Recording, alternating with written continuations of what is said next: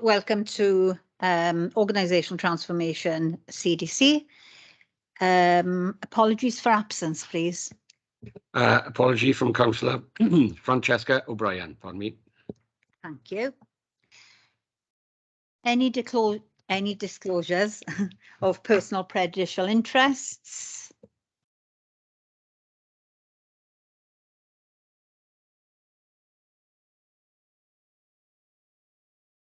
Thank you. We move on to agenda item 3, minutes as from the 22nd of November, page 1,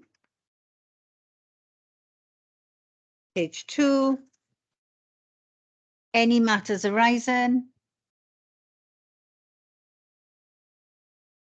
All agreed? Bad a nod.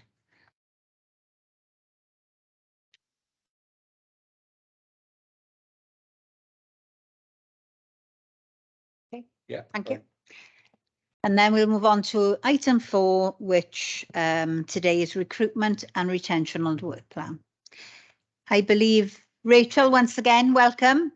You were here to present this item to us. Yes, thank you, Chair. Thank you. You'll have to bear with me if my voice goes today. I'm afraid I do have a cold, so I will try and make sure I can get through it. So the report that you have on the agenda today around recruitment and selection covers our current practice around how we advertise and recruit into the council. It talks about retention and how we hope with our benefits package to retain people within the council. And it does go on to consider both the actions within our workforce strategy and some potential future actions for development that have not yet emerged. So starting with our current practice then, as you would expect, we have an external web page with a very easy link to find jobs within the council. And we highlight the type of employee that we're looking for, as well as then have separate sections for people to browse through and look at various job roles that might be of interest to them and their particular skill set. Be mindful of our equalities responsibilities. We do offer alternative methods of application for those with accessibility needs. And we also give some helpful information on how best to make the strongest application that you can. We allow people to apply either in English or Welsh. And we advertise our importance that we place around equalities. And there's a really nice YouTube video, if you haven't yet seen it, around the Equalities Scrutiny Group that all applicants are able to view as part of their interest in Swansea before applying. In terms of how we externally advertise, we mainly use the council's website.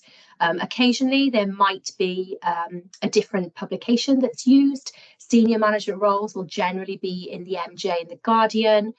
If we were to have something very niche and specialist, perhaps carbon reduction type post, we might look for a specialist publication relating to that field. Those would be much rarer, and the council's website is the primary driver for where applicants come through.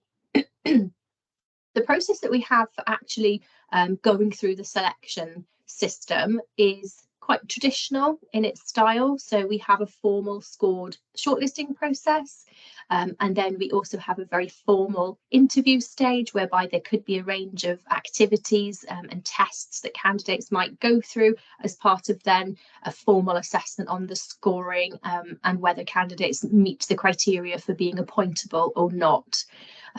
Our offer process is also quite manually intense. We send out documentation via email rather than paper, which is positive, but we don't currently have an automated onboarding system whereby the system would generate offers of employment and allow people to return their documentation electronically.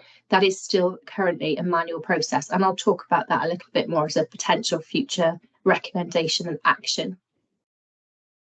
In terms of retention, once people have started, I've listed here, and some of these things you'll have seen in a couple of previous reports from myself over the autumn. I think we've talked a bit about these in the reward and recognition session that was a couple of months ago. But this just again highlights, once people start, they become very much aware of the benefits available to them as an employee, whether that's around annual leave, whether that's around support when people are ill, whether that's flexible working. And the awareness generally tends to help with our retention of key staff.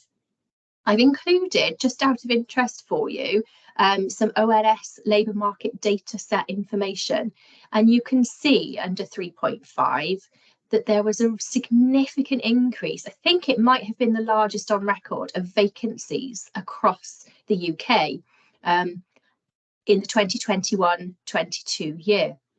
And what that shows is that it's very competitive for us to be able to recruit new starters, because lots of employers were advertising for vacancies to be filled during that year.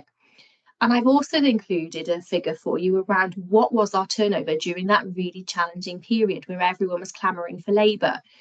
The UK average was 15%, and Swansea Council ran at 7.7. So that's broadly a positive picture in terms of the UK average, showing that potentially there is not an issue broadly across the council with retention, and that once people start, they tend to stay.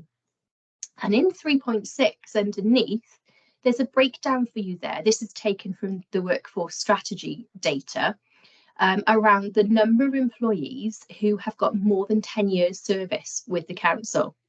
And considering the likes of place on this list and social services, more than half and almost 2/3 in place of our workforce have been with the council for more than 10 years. So that suggests that retention is perhaps not a significant issue widely across the council, but that obviously doesn't take into account the fact that there will be pockets in some really key critical posts. And I'm thinking frontline children's services and social services, potentially some key posts within the IT sector, whereby the private sector is able to offer far more competitive edge on the salaries. There will be those pockets whereby retention is an issue, but broadly across the council, the numbers seem to suggest that something is going right, and we are able to keep hold of the vast majority of our workforce, which is obviously our greatest asset. And my team within HR will work with those senior managers within those pockets of areas where retention is a problem to identify whether there are other strategies to retain and keep hold of key individuals. And the approach there is probably going to be more of a grow your own. If we can't bring people in, then we have something to do internally with people who can come into the organisation perhaps in a different role or a lower graded role and be developed and upskilled in order to come in and fill some of those gaps later on. Section 8 again reminds you of the actions within our workforce strategy under recruitment and retention. One of our 4 key themes is around being an employer of choice. And under the employer of choice theme, we have 2 objectives, one of which is specifically around recruitment and retention. We want the council to be a rich, fulfilling and rewarding place for people to come to work. And we want to be able to have a strategy for recruitment that will widen our talent pool, and certainly will be aspiring for us to be more reflective of our communities and increase diversity. So the actions that are within that element of the workforce strategy would include things you'd expect, such as reviewing our policy, whether it's meeting the need of future hires that we are looking to bring in, considering our attraction approach and what does that promotion of the council as a place to work look like, thinking about our application process, and thinking about what might be a modern progressive way to bring people into the organisation rather than perhaps the very traditional approach currently in place. Obviously, we'd expect to upskill recruiting managers so that we're comfortable and confident that they're making the right selection decisions and bringing the right type of person into the council. And I mentioned earlier on thinking about that modern onboarding and induction and automating and increasing the workflow around that. So we've already committed to those actions within the workforce strategy. And there's some further detail within the chart included in the report. But there are things that we can do to go further than that as well. And there may be opportunity for us to add to that workforce strategy with things such as, why do we potentially promote the benefits of the local government pension scheme greatly? On our jobs website, we're currently silent on that as a benefit. There's more to do across certain areas of our communities, and I've listed as an example our support for the Armed Forces Covenant maybe aspiring to be a gold employer for the Defence Employer Recognition Scheme. Each service area is currently working on their operating model for a post-pandemic working model that Cabinet approved in October.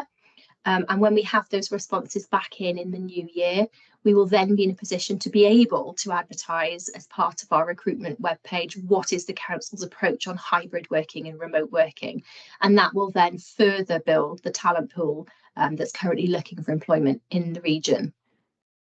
It would be useful for us to think about, how do we be relatable? How can we include video content for people who are already working in the council to promote what they do? That might be an apprentice describing their experience and the support that they receive to gain their qualification and enter the workplace. Because applicants seeing and hearing the lived experience of people like them will encourage people to think more carefully around, Swansea could be the right place for me. And there's also a huge amount of opportunity for us to think around that workflow and automation. I mentioned around how our processes are currently very manual. We do take quite a long time to recruit into posts due to those manual processes. And if we want to streamline and make that more efficient and onboard people before they've even set foot through the door on the first day, then we need to look at what opportunities do we have with the Oracle Fusion system that we have just gone through the project for, and we're going live on the 1st of April, because there should be opportunity for us to really maximise the functionality around technology and how it can make the whole application and onboarding experience that much better for the applicant, but also that much more administrative light and less burdensome for the managers that we work with as well. So there's a range there of things that we are currently looking to do. It's a significant priority for us, and it would probably be useful for us to come back to you and give an update on when some of those actions have actually been implemented and embedded. I'd be happy to take any questions that you have around the detail.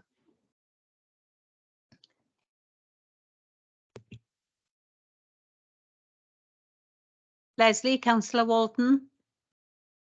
Thank you. And then we'll have, and then Patience, Councillor Benter, please. Thanks, Chair, and also bear with me, I've got very little voice and it might disappear altogether in a minute. First of all, can I say a very good report, very encouraged to feel that you're already doing a lot, particularly to retain staff, which to me is, and I keep using this term, I kept using it last week in a meeting. I think this is a no-brainer. The best thing you can do is retain staff, because they are such an important asset. They've got the skills, the knowledge, whereas of course if you bring somebody in new, you're having to start afresh again. So that's great. A couple of points I just want to pick up on. One is that we're still in a place where many of us use computers all the time, but there are still some who don't. And I'm wondering, how do we approach making sure those people are aware of any jobs that are going? Because not all jobs, I'm guessing, in the council would necessarily require you to be able to use a computer. I mean, certainly any of the more practical jobs, the people who collect the rubbish, gardeners, etc. I mean, they might need to use some a bit of computer skills, but certainly not that much. So that was the first one. And I suppose just a general point that I realise we have got to be as efficient as possible and use our resources as well as possible. But I do sometimes think that we depend a bit too much on things being online, streamlined, everything automated. Sometimes I think we are better off with a bit of a personal touch, and that can go a long way. Anyway, thanks for that. Thank you, Leslie. Rachel, would you like to answer before Patience comes in? Thank you. Yes, you are right. We have to be mindful of a range of different skills, capabilities, comfort levels, and any kind of characteristics that would preclude somebody from being able to engage in that way. So currently, we do allow for paper-based applications. There are a range of different ways that people can come into the council as well. So we have lots of people working through agency, for example, and then we would potentially look to take people on via the agency route as well, and not necessarily go through the online version of the application. We also have a responsibility, I think, for those people who don't use a computer as part of their job to think about, well, how can we encourage, develop and support them to build on their digital skills? And so the digital strategy has a section in there around the digital upskilling of the workforce, because it is a growth area. It's there every day. Something new is coming along and something is changing. And whilst people may not use, an email account in the traditional way that you kind of think someone has a laptop, there are handheld devices that people out in the field in those kind of frontline roles may be using, or other different expectations around some sort of digital equipment. So we have a responsibility to support and encourage and develop them to build those skills. But I think balancing that up with offering alternatives should mean the best of both worlds. Thanks, Rachel. Thank you, Leslie. Patience? Thanks very much, Chair, and thanks, Rachel, for that presentation. I'm quite impressed at the bits around retention and how much is being done there. My concern is actually with the recruitment process, and just on the back of what Leslie said earlier on, I was just wondering as well if there was any way that the council could extend the sharing of job adverts, other than just having them on the website, to increase the accessibility for applicants. So it could be something as simple as how widely do you share even information that there's this job advert, and then signpost people back to the website for the applications. The other bit is around 2.5 on diversity and inclusion. Obviously, the council is a disability confident employer. However, the feedback, as you would know, that we get from the communities is that the Guildhall itself is not disability friendly, which is understandable because of the kind of building that it is. So I assume not much can be done about that. But also taken into consideration the fact that most services are moving from the Civic Centre to the new site. I am hopeful that, disability will be given a lot of attention within the new site to enable people move around and access the building more freely, or in an easier way. I also noticed that in terms of diversity and inclusion, again, there is mention of disability and being a Stonewall champion, but there's nothing on racial diversity. And again, there is a lot of feedback, from communities about racial diversity within the council, and that general feeling that the council is not a race-friendly organization. So ethnic minority people, feel excluded from recruitment processes as well. And just wondering if this is something that the council is looking into in terms of recruitment. Thank you. Thank you for both of those questions. So if I answer the one around sharing job adverts more widely, yes, our recruitment attraction approach is one of the actions on the list for review. And that would mean reviewing how effective is the website as the primary vehicle, but what other options are there? So for example, previously I've arranged for adverts to be posted on Facebook to certain community groups, for example, and then that sharing kind of grows and grows and grows. So there is a process by which we'd have to go through some sort of communications consultation and engagement with the comms team around the PR aspect of how widely things are shared, but there's certainly room for growth in more local and accessible ways for people to see what we have on offer, I suppose, because the website is one thing, it's very corporate, it's very formal, and actually there are communities that perhaps won't even think to look for employment through the council's website, but it's signposted through different ways, would encourage people to then think, I wouldn't even consider that. Actually, maybe it is a bit more open and transparent than perhaps my perception was. So our attraction approach review will do that piece of work and understand where else can we look. There are potentially opportunities for us with our neighbouring local authorities or public service providers as well in the region. I know that we've got a page where we signpost to other councils, health, other third sector organisations on our website, and I don't yet know whether we have a reciprocal arrangement. So there's lots for us to do to think about the most appropriate place to advertise that reaches a wide range. I probably can't answer the point around the future accessibility of the Guildhall. I think I'd probably need to take some advice from a colleague from Property Services and come back to you if you wanted a response on that at a later point. But your points around the third issue around diversity and inclusion, whilst I haven't included it in this report specifically because of the topic being recruitment and retention, the workforce strategy itself, where we've got the list of actions for recruitment and retention, we also have a similar list of actions under equality, diversity and inclusion. And I'm just seeing if I can quickly pick that up now. So our objectives there are to maintain a culture where equality of opportunity exists for all to fulfil their potential, and the need for equality, diversity and inclusion to be incorporated into our everyday activity. And then our second objective under that field is to be an exemplar as a fair and equitable employer where the workforce is increasingly more representative of the population it serves. So the specific things that we want to do under those objectives: I'll work with the Workforce Equalities Group to address some of those equalities issues around the way in which we collect data on certain characteristics, to deliver an action plan on gender and race pay gap issues. We focus very much on the gender pay gap.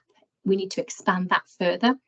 Delivery of equalities and integrated assessments training, looking at the Welsh Government's Race Equality Action Plan and the LGBTQ+ Action Plan in terms of workforce. Obviously then to look at disability confident accreditation leader status and be mindful and then promote the use of Welsh language. So we have a separate theme, if you like, on the inclusion and the diversity element, separate to just this recruitment piece. But hopefully all of those things collectively, when they're put together, will all aim for the same direction of travel in being more inclusive and supportive to the workforce. Thank you, Rachel. I have just a few. First one is currently how many vacancies do we have within the council, and are we actively looking to recruit? And the second one then is with regards to retention, do we offer like a day in the life? So somebody who may be in highways with an aspiration to join HR, as an example, to do a day side by side with one of your colleagues, to have a feel, because we've got a lot of talent, and like all organisations, we don't entice that talent. We don't use that talent to the best of, you know, the staff abilities and for the business abilities. So a day in a life does work quite well in other organisations. And it does probably give the confidence for that aspiration to be addressed. And the other one was when we talk about applications in the medium of Welsh, on what kind of ratio currently do we receive applications through the medium of Welsh? And the other one was just a quick one on agency. I appreciate what you're saying, where we obviously take agency within different departments and we actively aim to recruit them into the business as full-time colleagues. So currently, when we talk about agency, not a direct answer, but where are we with agency currently? And are they, how many departments are there gainfully employed agency staff? Thank you, Rachel. Okay, first one was around how many vacancies and are we recruiting? So it's very difficult at any one moment in time to say how many vacancies they are, because it is a moving feast day by day, sometimes even more frequently than that throughout the day. And also in the last couple of months, because of the financial challenge that has been anticipated for April 2023, we have had a recruitment freeze, whereby we've been asking managers to think very carefully around the roles that they wish to go out to advert for. How critical are they? Do we really need to spend at this particular moment in time? So if you were to take a look at the jobs website at the moment, you'll find that the things that are on there predominantly are social services. There is a number of opportunities within the social services world because they are predominantly frontline. We talked about retention and recruitment earlier in that particular field, where, for example, frontline children services is very challenging. So we have a lot of social services vacancies compared to other departments.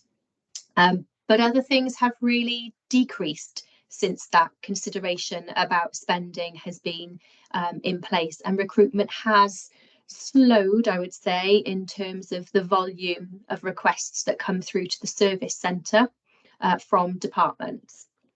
Whether that will change as we now go through the budget setting process and from April remains to be seen. But I don't have an actual number because, like I say, it fluctuates so much throughout the working week even. In terms of the day in the life, whether it's work experience or a opportunity to see and feel another department, as far as I'm aware, hasn't been a significant priority at the moment. For me, I think that's part of the wider OD piece that needs to happen within the workforce strategy.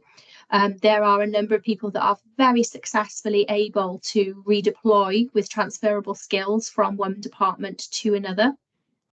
And there is definitely opportunity for us to think about how does a public servant, wherever they work, flex and bend their skills to do something that might be slightly different, but that keeps them in employment, gives them a different horizon to see within the council, and bring their learned experience from somewhere else to help shape a different department altogether. There is a huge amount of value in that. So I think that's probably part of the wider OD workforce transformation piece that is due to come next year.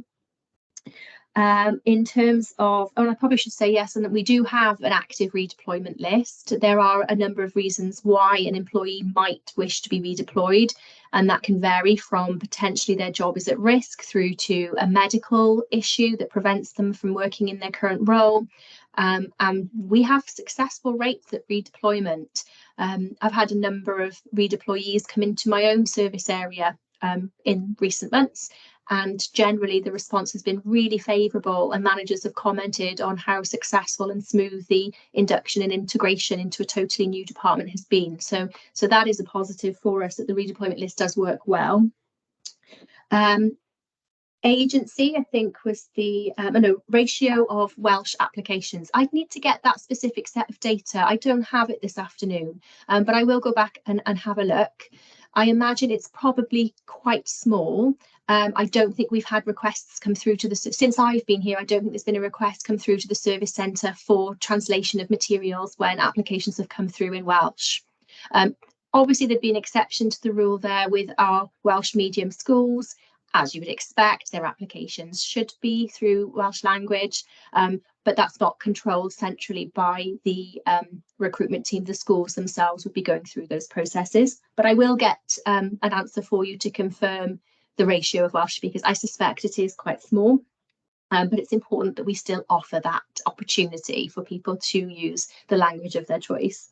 And then finally, in terms of agency, there was a report taken, it was, I want to say, in October, and I can share a copy of that with you, that had the latest position on.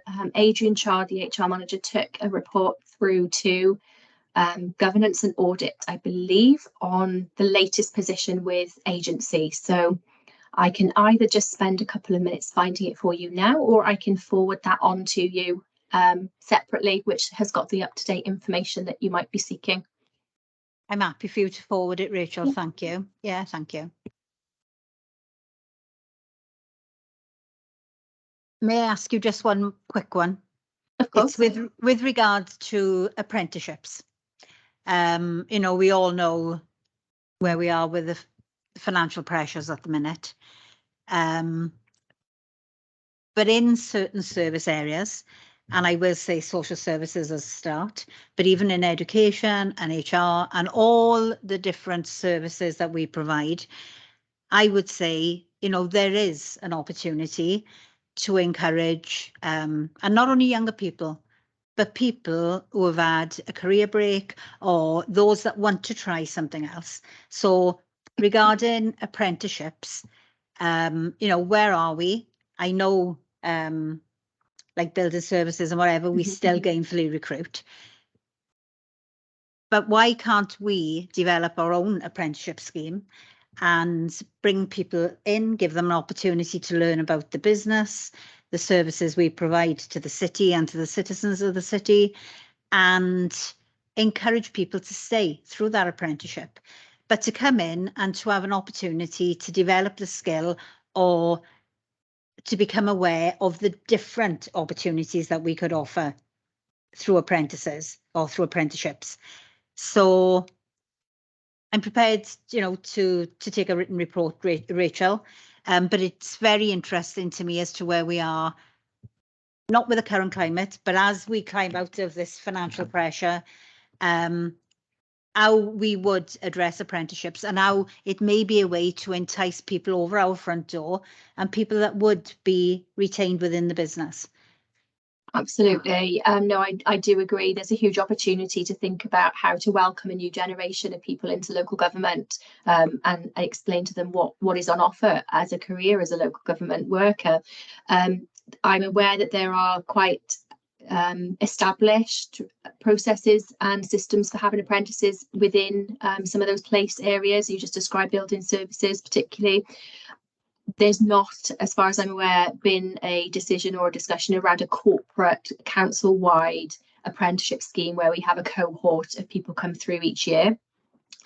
But tomorrow afternoon there is the first Workforce and OD Transformational Programme Board, and this is the mechanism for monitoring the progress of the workforce strategy, the corporate plan commitments relating to workforce and OD, and also considering any future requests that, you know, I might have or my service might have for OD transformation. And one of the considerations that I've included on that list is around what I would call entry points for young people.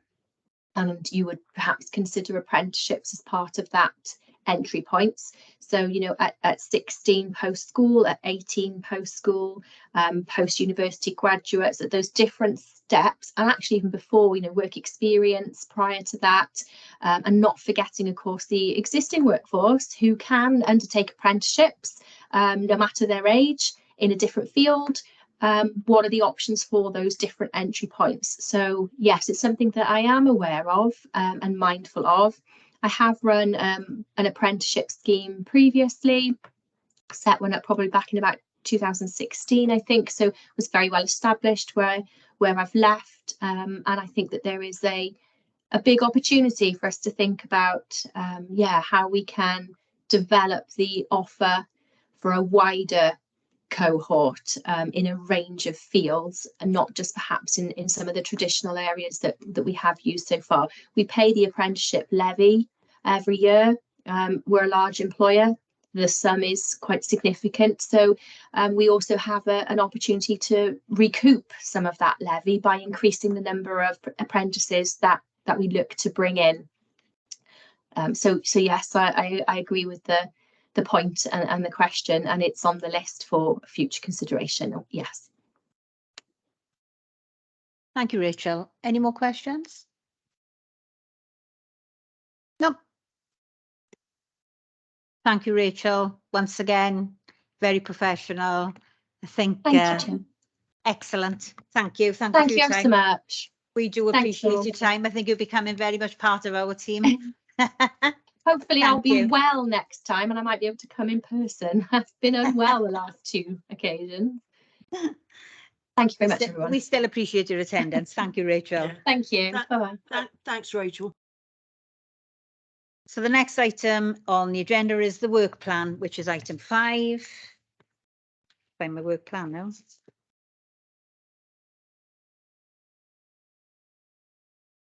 So for January the 24th, 2023, first meeting of 23, transformation.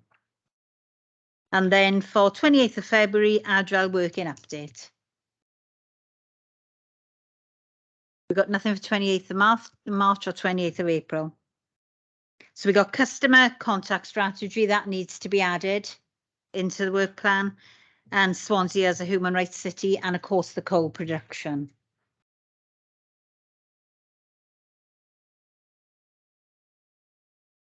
Marlin, are you there? Good afternoon, Chair. Hi, are you okay? Very good, thank you. Yourself? Yes, I'm okay. Right, with regard to the 3 items to be scheduled onto the work plan, customer contact strategy, how are we doing? Can we add, what I'm asking, can we add that to March possibly? Okay, yes.